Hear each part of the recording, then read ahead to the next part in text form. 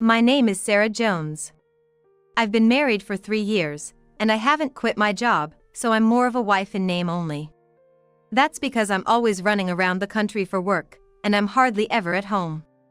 My husband, David, understands this about my job and gently says that it's important for women to work too. I was grateful that there was someone in this world who understood and trusted me like that.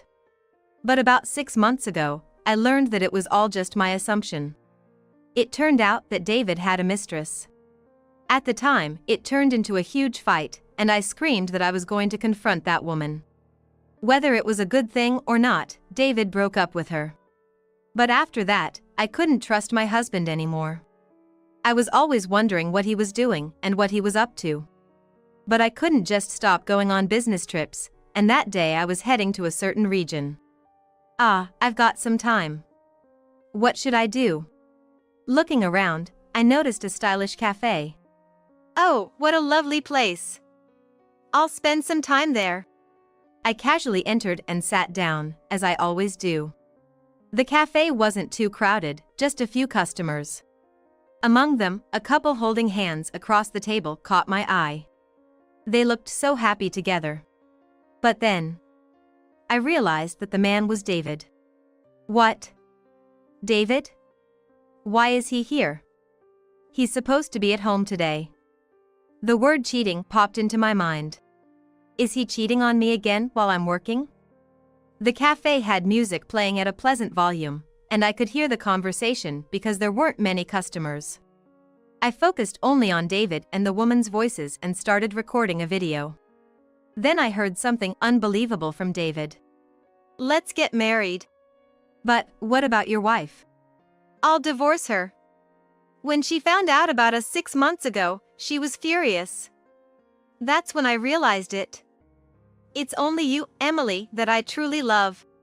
Really? You're really going to marry me? Yes, I'll always be with you from now on. He then placed a ring box on the table. What? A proposal? While I'm here? I was shocked and saddened at the same time. I stopped recording, canceled my order, and left the cafe. So, that's how it was. Everything until now was just to deceive me. I get it now. Be happy, then. I whispered to myself as I slipped into an alley. It must have looked strange to see a 30-year-old woman standing there. But I couldn't stop the tears. I felt like an unnecessary person, realizing that everything I thought was love was falling apart. Ever since the affair was revealed 6 months ago, it felt like everything had been crumbling. I was always watching my husband, constantly contacting him even when we were apart. I would get anxious if he didn't reply and even wanted to cancel my business trips. But at that time, David did say he was breaking up with his mistress. I broke up with her. Really? Yeah, it's true. Look, I even deleted her from my contacts. I checked and indeed, the woman's name was gone. I felt relieved, but then it occurred to me that he might have just changed the name and the profile picture. Or perhaps, he could have bought another smartphone. After that, I continued to be on business trips. I kept in touch with my husband during that time, but that didn't mean he was alone. Yet, I tried to believe his words when he sent me pictures, claiming he was by himself. He wouldn't cheat again, not ever. It must have been just a momentary lapse. After all, he said he loved me, a career woman. That's why I didn't quit my job and made it this far. I kept telling myself that. But was it all just an act from David? While claiming to have broken up, they hadn't, and their affair continued. Even worse, they were taking advantage of my business trips to go on romantic getaways. I was devastated by this unbelievable reality. After being treated this way, I wasn't even sure if I still loved him. Over these 6 months, I kept reminding myself that we were married. Divorce isn't something to be taken lightly. That's why I tried so hard to keep our marriage going. Was I the only one thinking this way? How foolish. It was all a one-sided effort. Maybe it's better to end things cleanly for his happiness. If he loves that woman so much, perhaps it's best for me to step back. That thought crossed my mind. It would be easier for me too, probably. I played back the video I recorded earlier, trying to sort out my feelings. There they were, the woman's happy face and my husband's joyful expression. Their touching hands and the ring box. Let's get married. No matter how many times I heard it, my husband's words sounded the same.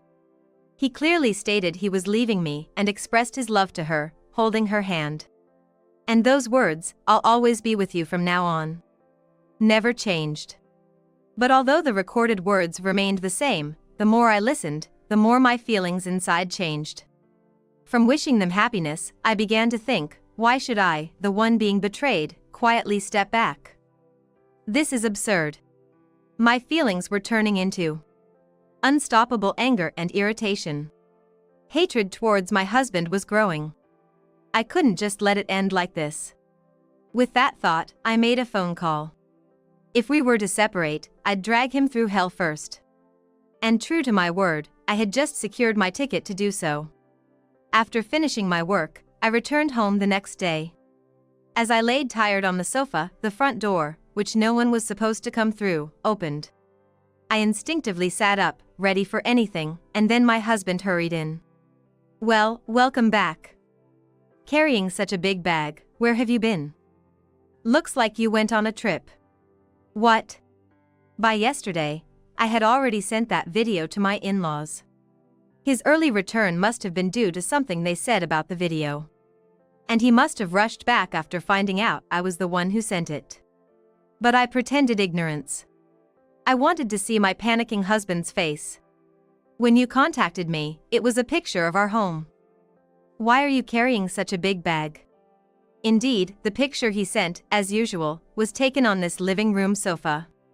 Basically, he had just sent an old photo to deceive me. Now that I think about it, I had received similar photos before. He must have taken several to trick me. And I had been reassured by those photos. "Oh, you're back quite early." Yes, I finished my work early. It usually takes about a week. I was worried about you, so I came back early. Originally, this trip was supposed to be straightforward. But I had planned to visit other places too. If only I hadn't seen that cheating scene. By the way, you look quite upset. Did your parents say something to you? How do you know about that? No, that video. Video? Oh, that one. It's well recorded, isn't it? You were at that cafe. Yes. I just happened to choose that cafe for a break, and there you were. With the mistress you claimed to have left. My parents scolded me. Well, that's to be expected if they have any sense of decency. It's unfair. What? What's unfair? Sending the video? But I didn't interrupt your proposal, did I? I didn't slap the happy face of your girlfriend. You should be thankful. It was a once-in-a-lifetime proposal, right? I never imagined you'd be proposing in that cafe, especially not in the middle of a romantic getaway with your mistress. Everything's been exposed, hasn't it? Yes, it's obvious when you see such a scene. Yeah, if that's the case, I should have stayed out longer. Rushing back was a waste. Unbelievably, my husband was defiant and unapologetic. Did he really want to anger me this much? That's the woman you said you broke up with 6 months ago, right? Yeah, that's right. So you didn't break up with her? No, that's correct. Basically, everything was a lie? Yes, it was a lie. Seeing you like a demon, glaring at me. I can't forget that face. It made me lose my love for you. So, it's my fault, you're saying? If you had understood my feelings more, I wouldn't have cheated. But don't you think that requires a conversation? You never expressed your feelings. And now, you're blaming me. It's not about blaming. I just wish you had understood me. But you said you liked that I'm a career woman. You wanted me to continue my job, so I did. I didn't expect you to be away on business so much. I felt lonely, so my heart wandered to another woman. That sounds like a child's excuse. Ignoring your own responsibilities. Say whatever you want. So, you're going to marry her? Yes, I want to start over with her. So, let's get divorced. You're demanding understanding for your feelings, yet you haven't considered mine at all. It's laughable how selfish you are. Laugh if you want. I want to divorce you. You know, divorce should come before proposing to someone else. If I don't agree to divorce, your proposal with the ring you prepared will be in vain. Polygamy isn't allowed in Japan, you know. You know I cheated. You're going to divorce me, right? I've already decided to leave. Divorce requires mutual consent. It doesn't matter if only you decide. Or did you delay the divorce in case she didn't accept your proposal? So, this marriage is like insurance for you? That's. My husband fell silent after that. A silent moment passed between us, with no conclusion reached. But it seemed he was firmly intent on divorce. He's the worst. Was he always this awful? Fine. I'll give you a divorce. But in return, I'm keeping this house. Fine, I'll leave. I stood up, took out the divorce papers I had just received from the office, and started to sign them. Watching me, I could tell my husband was relieved. Here, sign this. Once you've written it, I'll submit it to the office. You're not going to just take this and not submit it, right? Of course not. I don't want to drag out this ridiculous situation any longer than necessary. So don't worry. True to my word, after my husband left, I went to my parents' house, had them fill in the approval section, and submitted the papers to the office. I never thought the divorce would be finalized so quickly, but I didn't want to be connected to a man like that any longer. After all, I had an important task left, seeking revenge on my husband. About 2 weeks later, my ex-husband, David, called me excitedly. I got married today. Man, thank you. Now she's my wife. I feel bad for you, but this is my happiness. Is that so? Congratulations. Yeah, it's like a dream. What about the wedding ceremony? Well, she's quite modest. She said she didn't need a ceremony, just wanted to be my wife as soon as possible. So we just took some photos and that was it. Really? Where are you living now? We're still living separately. Why would you live separately after getting married? I thought you'd live together right away. Well, I wanted that too, but she asked me to wait. She wants to clean up her apartment to make it suitable for us as a couple. What do you mean?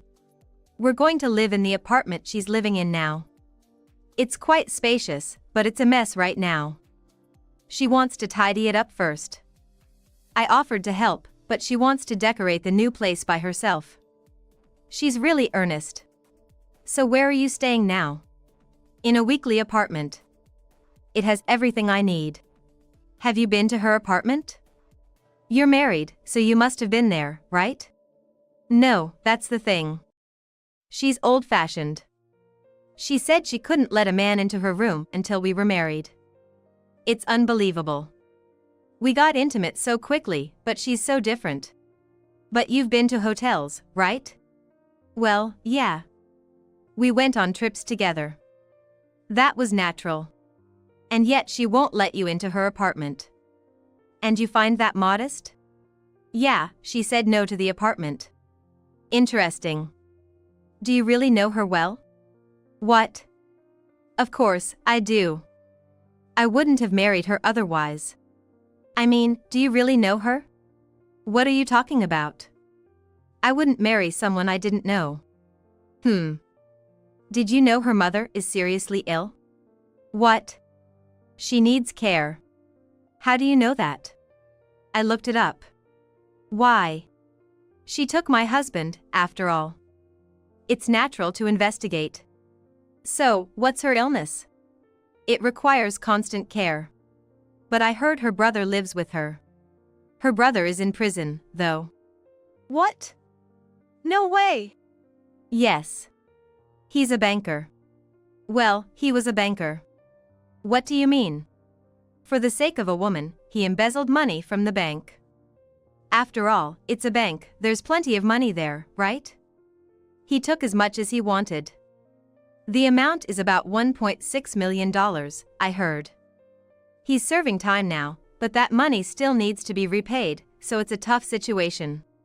That's his problem, not hers. Did you know she has debts too? What? No way! I didn't hear anything about that. She probably couldn't tell you. How much? $800,000. $800,000. That must be the money for the house renovation you mentioned, right? And you said that your parents paid for it? Have you never been to her parents' house? Oh, yeah. Why not? Didn't you go there to introduce yourself for the marriage? I was told that it's not necessary because I was feeling unwell. They said as long as we're happy, that's all that matters. It's all about how you say things, huh? Well, you'll see soon enough, but it's pretty much a rundown house. I can't imagine her parents have much money if they live there. And I doubt that house was ever renovated. If it really was, you should find out which contractor did it and file a complaint. So, about the debt. Mostly for her own expenses. She seems to be quite the spender. Only wears expensive clothes and jewelry. And she goes to the beauty salon every week, never misses her nail appointments or spa treatments. That can't be true. Really? Didn't she always wear expensive-looking items? Designer bags and all. Didn't you wonder where all that money came from? She must have her own income. Well, think what you want. My husband adamantly refused to believe it, insisting it was all lies. I expected that response. By the way, congratulations on becoming a father of 3 so soon after getting married. What? What are you talking about? She's not even pregnant yet. How can there be 3 kids? Don't worry. Are you sure you're okay not knowing the reality? She already has 3 children, living with her parents. At her parents' place? Yes. Soon, she'll probably move in with them. Then you'll quickly become a father of 3. Plus, she's pregnant now. So, a 4th is on the way within a year. Congratulations, Dad. That's a lie. She would have told me if she was pregnant. But she is pregnant. You should check it. She's been going to the obstetrician regularly. The baby is due in about 7 months. If it's my child, she would tell me. If she hasn't, it means she's not pregnant. Maybe she has a gynecological condition. Your detective must have made a mistake. Maybe she didn't tell you because it's not your child. That's ridiculous. Well, anyway. Have your parents said anything since then? Yeah, they called me a fool. Asking how I'm going to handle things now. I don't even know what they mean by that. From your parents' perspective, it makes sense. I've been sending them money up until now. Money? That's the first I've heard of it. Why would you need to send them money? They both work. Your father is retired, and your mother can't work due to her back pain. I've been sending them money, which is why they've been getting by. But now, I won't be sending any more money, so they'll probably struggle. Why didn't you tell me? What's the use in saying anything? Your salary is so small that we were barely getting by. But when they asked for help, I couldn't just turn them down. I knew it would be pointless to tell you, so I sent the money myself. That makes me a pretty good wife to your parents, huh? I didn't know anything about that. Well, maybe things worked out then. After saying that, I hung up the phone. But a few days later, I got a call from David, saying things were tough. We had to move into my wife's family home, and now her parents are moving in too.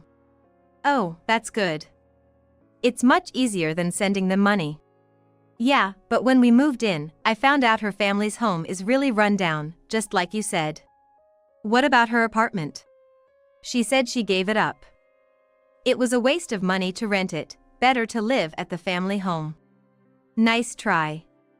She wasn't living in any apartment. Really?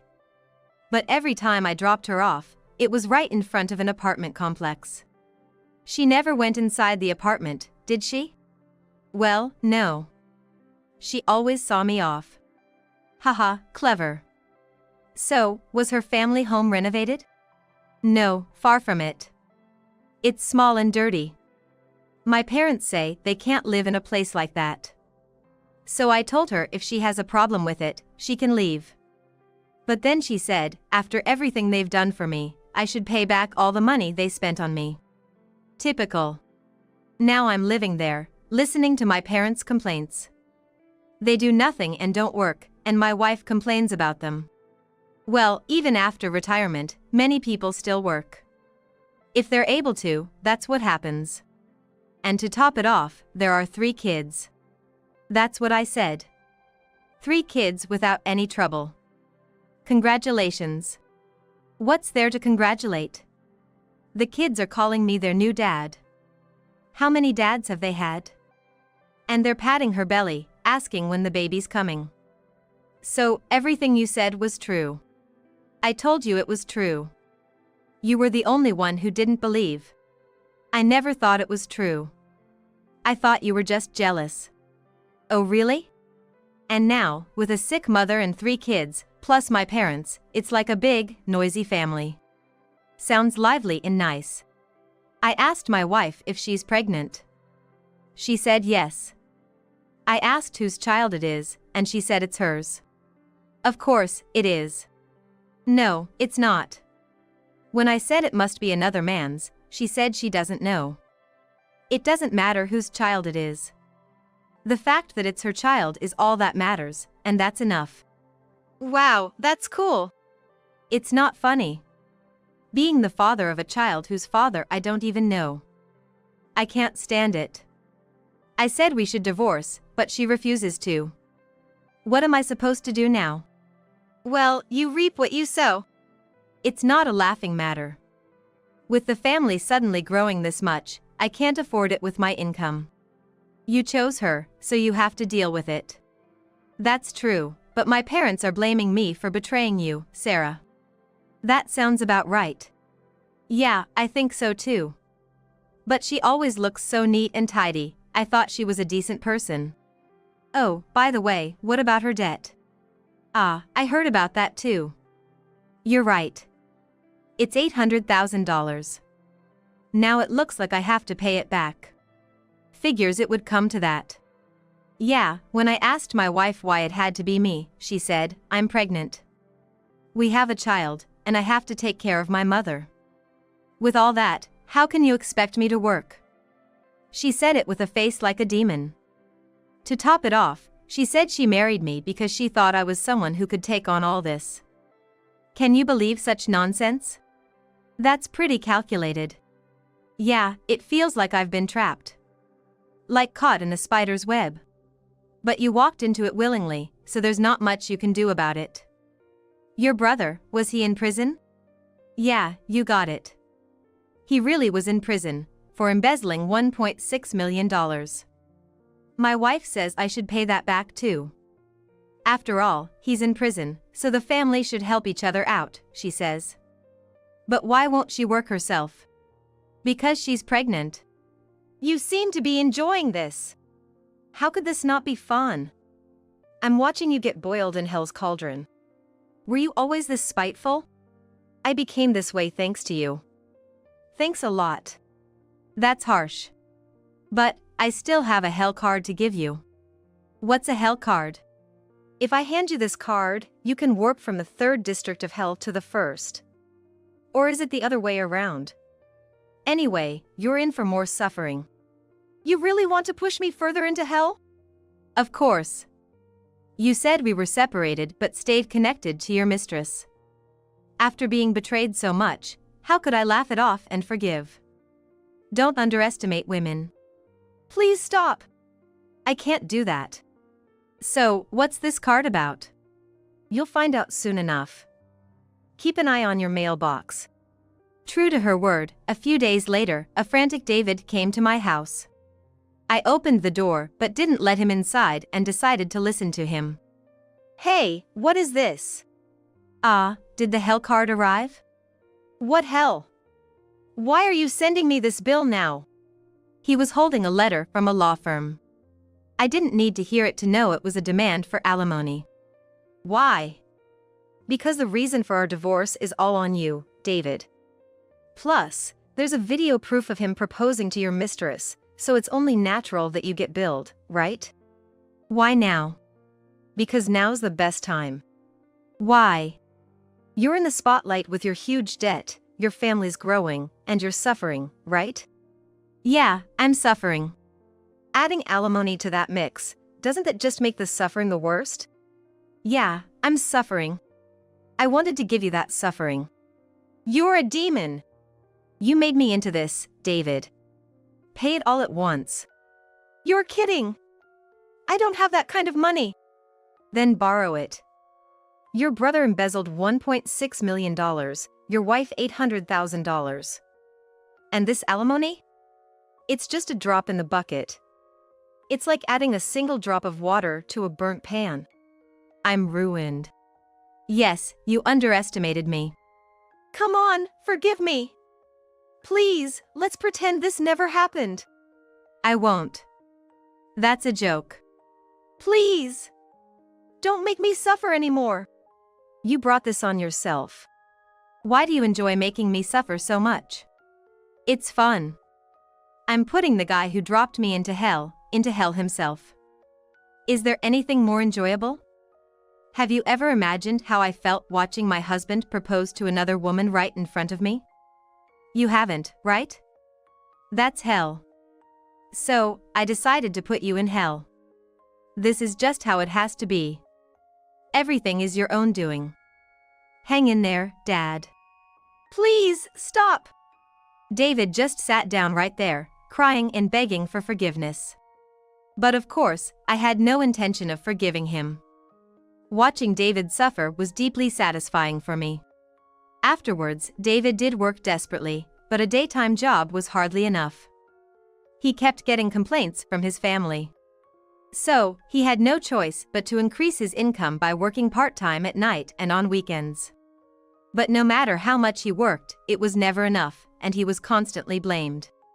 This led to him suffering from depression, finding it hard to interact with people, and going to work while on medication. If only his wife had been kind to him. Or if his parents had been kind, maybe things would have been different. However, his family forced him to work, not allowing him to rest, insisting that as the breadwinner, he mustn't stop. Driven to the edge, David eventually couldn't work anymore. He would say he was going to work, but just spent his days blankly sitting in the park. Eventually, his income dropped to zero, and his wife, seeing no use for such a man, kicked out David and his parents. Leaving the house with his parents, it seemed David might find some relief. He rented an apartment, seeking peace of mind, but still faced pressure from his parents to work, and nothing really changed. Recently, I heard from his in-laws that David was missing and they asked if he had come to me. Of course, he hadn't, so I told them that, only to hear a sigh in response. Once, I did see a man who looked like David. Apparently, he had fallen into homelessness, rummaging through trash cans. Yet, his face seemed somewhat peaceful. As for me, I'm living a life of elegance alone. Still traveling all over the country, I spend my days with no worries or anxieties, thoroughly enjoying every moment.